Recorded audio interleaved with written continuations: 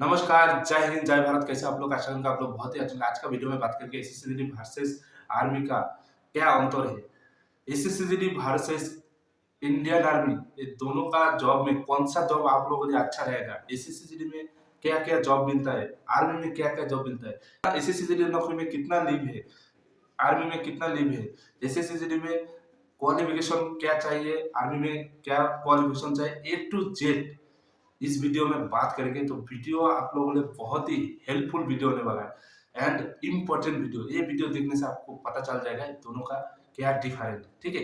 तो कौन सा आपके लिए अच्छा रहेगा, तो वीडियो एंड तक बने रहेगा। वीडियो को अच्छा लगे वीडियो को लाइक करना, आप लोग कमेंट करना, ठीक है। कमेंट करने से हम लोग वीडियो करने की इच्छा और उत्साह हो जाता है, इसीलिए दोस्तों कमेंट करो, ठीक है।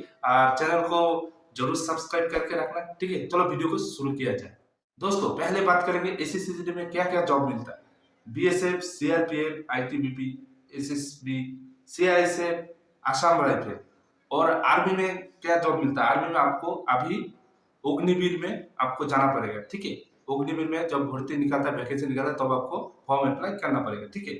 नंबर 2 पॉइंट, इसमें पोस्ट क्या रहता है, एसएससी में क्या क्या पोस्ट रहता है। एसएससी में आपको जीडी कांस्टेबल में जा सकते हैं। एसएससी में अगर ट्रेड्समैन में जाना चाहते हो तो अलग से आपको वैकेंसी देखने के लिए मिलेगा, ठीक है। अगर आर्मी में जाना चाहते हो तो अब आपको जीडी में, मतलब जीडी कांस्टेबल, ट्रेड्समैन, क्लार्क और टेक्निकल में जा सकता है आपको। 3 नंबर पॉइंट, क्वालिफिकेशन क्या चाहिए। एसएससी में आपको क्वालिफिकेशन सिर्फ 10 पास होना चाहिए, ठीक है। आप 10 क्लास पास कर लिए आप फॉर्म अप्लाई कर सकते हैं, ठीक है। इसमें आपको कोई परसेंटेज का जरूरत नहीं है, आप खाली पास होने से आप अप्लाई कर सकते हैं, ठीक है। और आर्मी में, अगर आर्मी में अगर जाना चाहते हो अग्निवीर में, तब आपको 45% आपको होना चाहिए। हर सब्जेक्ट में आपको 33% होना पड़ेगा, तभी आप फॉर्म अप्लाई कर सकते हैं, ठीक है। और जीडी के लिए आपको 10th पास होना चाहिए, और ट्रेड्समैन के लिए आपको 8 पास होना चाहिए, और क्लार्क और टेक्निकल जॉब के लिए आपको 10+2 मतलब 12 पास आपको सर्टिफिकेट होना चाहिए, तभी आप फॉर्म अप्लाई कर सकते हैं, ठीक है। और बता दिया कितना परसेंट चाहिए, 45% चाहिए, और हर सब्जेक्ट में आपको 33% लाना पड़ेगा, तभी आप फॉर्म अप्लाई आवेदन कर सकते हैं, ठीक है। नेक्स्ट बात करेंगे लीव। एसएससी में कितना लीव मिलता है, ठीक है। एसएससी में खाली सीआईएसएफ को छोड़ के बाकी आपको 30 दिन ईएल, 30 दिन ईएल, 60 दिन ईएल और 15 दिन का सीएल, टोटल सोच लीजिए आप 80 से 85 दिन आपको छुट्टी मिलेगा, ठीक है। एसएससी में, सीआईएसएफ में आपको 45 दिन का छुट्टी मिलता है, ठीक है। और बाकी इंडियन आर्मी में आप अग्निवीर में जाओगे तो आपको 4 साल के लिए होगा, आपको छुट्टी मिलेगा सिर्फ 30 दिन, साल में, एक साल में सिर्फ 30 दिन छुट्टी आपको मिलेगा, ठीक है। एज कितना होना चाहिए, देखो एसएससी में जाने के लिए आपको एज होना चाहिए 18 से 23 साल, जेनरल कैंडिडेट। ओबीसी कैंडिडेट के लिए आपको एज होना चाहिए 18 से 26 साल, मतलब 3 साल का आपका छूट मिलेगा, ठीक है। और एसटी और एससी कैंडिडेट के लिए आपको एज होना चाहिए 18 से 28 साल, 5 साल का छूट मिल रहा है, ठीक है। और अगर अग्निवीर में अगर जाना चाहते हो तो 17.5 से 21 साल आपको एज होना पड़ेगा, ठीक है। अभी बात करेंगे हाइट के बारे में। हाइट कितना होना चाहिए, देखो हाइट 170 सेंटीमीटर ऑल इंडिया में जनरल कास्ट का एसएससी में होना चाहिए, ठीक है। बाकी आपका जो अग्निवीर का जो हाइट होता है वो स्टेट वाइज होता है, ठीक है। तो स्टेट वाइज जब वैकेंसी निकलता है उसमें आपको डिटेल्स दिया रहेगा, ठीक है।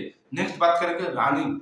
रनिंग कितना होना चाहिए, मतलब जो फिजिकल टेस्ट होता है क्या क्या होता है। रनिंग आपको एसएससी में जैसे BSF, CRPF, ITBP, CISF, SSC, any force में आप जाइए, कुछ भी फोर्स में जाइए, आपको रनिंग होगा 5 किलोमीटर रनिंग 24 मिनट में कंप्लीट करना पड़ेगा।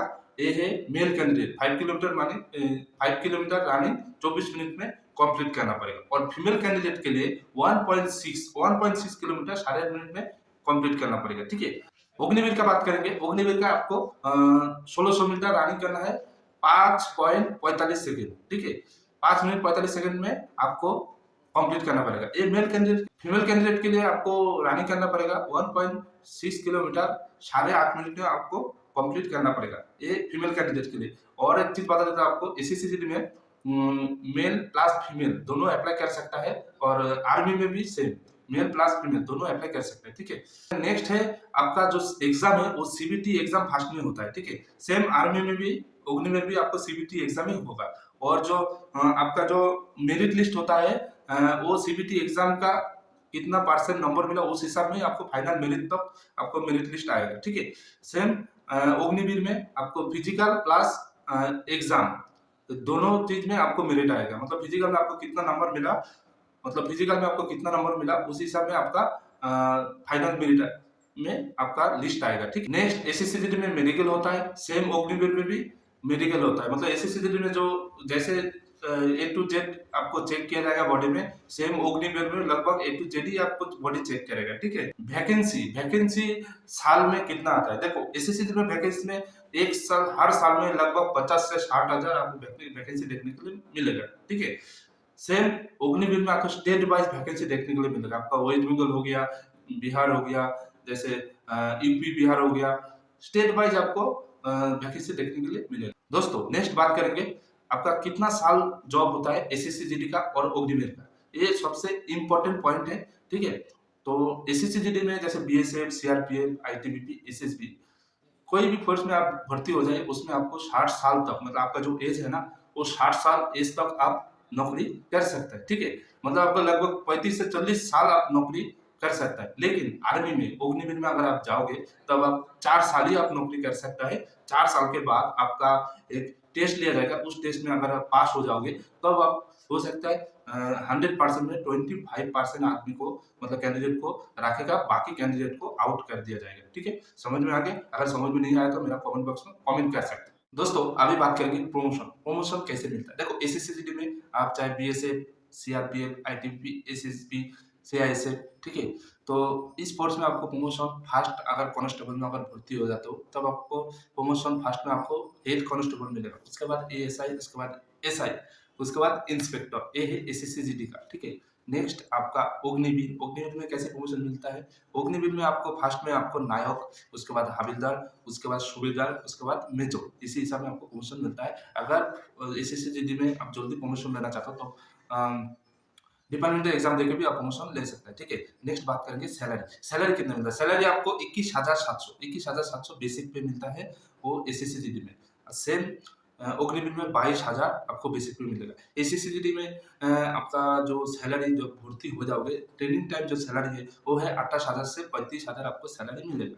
ठीक है, अग्निवीर में एक साल आपका 30,000 तक सैलरी मिलेगा, उसके बाद जो 3 साल का जॉब है वो 40,000 करके आपको तनख्वाह मिलेगा। ठीक है, इसी सीजन में अगर बीएसएफ, सीआरपीएफ में भर्ती हो जाओगे तो रिस्क एरिया में आपको रिस्क अलाउंस मिलता है। मतलब आपको रिस्क एरिया में अगर पोस्टिंग होगा तब आपको रिस्क अलाउंस मिलेगा। ठीक है, अग्निवीर में भी सेम, अगर रिस्क एरिया में पोस्टिंग होता है रिस्क अलाउंस मिलता है, उसमें आपको सैलरी में ऐड हो जाता है अलाउंस। ओके, सुविधा का बात करेंगे एसएससीजीडी में, जैसे कि आपका कैंटीन फैसिलिटी, उसके बाद आपको फैमिली क्वार्टर, मेस फैसिलिटी, ठीक है, मेडिकल फैसिलिटी, ये सब सुविधा मिलता है। सेम अग्निवीर में भी same canteen facility, mess facility, medical facility, हर चीज आपको मिलेगा।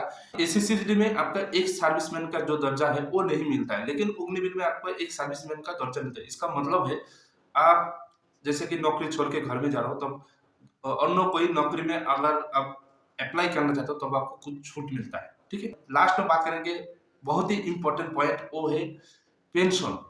एसएससीजीडी में पेंशन मिलता है क्या, ना कि अग्निवीर में पेंशन मिलता है। देखो एसएससीजीडी में आपको ओपीएस सिस्टम वो नहीं मिलेगा, 2004 के बाद आपको ओपीएस सिस्टम बंद है। लेकिन अग्निवीर में अगर आप परमानेंट हो जाए, ठीक है, तब आपको ओपीएस सिस्टम चालू है, ओल्ड पेंशन सिस्टम चालू है। एसएससीजीडी में 2004 के बाद एनपीएस सिस्टम चालू हो गया, लेकिन अभी सुनने में आ रहा है यूपीएस सिस्टम होगा 2025 में। देखो आगे क्या होता है, जैसे सरकार चाहता है वैसे ही होगा, लेकिन आपका एनपीएस सिस्टम एसएससीजीडी में मिलेगा। ठीक है, और एक चीज बता देता हूँ दोस्तों, अगर एसएससीजीडी में अगर जाना चाहते हो आप, तब आपका जो एज है ना 28 साल एज तक आप, मतलब ज्यादा एज होने से भी आप जा सकते हैं, लेकिन अग्निवीर में आपको बहुत ही कम उम्र में अग्निवीर में भर्ती हो सकता है। 17.5 से 21 साल तक आप अग्निवीर में ज्वाइन कर सकते हैं। ठीक है दोस्तों, किसी भी जॉब को हमें पाना है, हासिल करना है, ठीक है, क्योंकि आज का दौर में जॉब मिलना बहुत बड़ा बात है। पहले वाला जॉब को हमेशा एक्सेप्ट करिए, ठीक है, और अच्छे से अच्छे अपना कर्तव्य निभाए, ठीक है, पालन करें, भारत माता की सेवा करें, देश की सेवा करें। ठीक है दोस्तों, वीडियो कैसा लगा, अगर वीडियो समझ में नहीं आया तो कमेंट कर सकते हैं। जब भी मेरे को मौका मिलेगा आपका कमेंट का आंसर मैं 100% देने के लिए कोशिश करेंगे। ठीक है, चलिए दोस्तों, आज के लिए इतना है। आप लोग स्वस्थ रहे, अच्छा रहिए, भारत माता की जय। जय हिंद, जय भारत।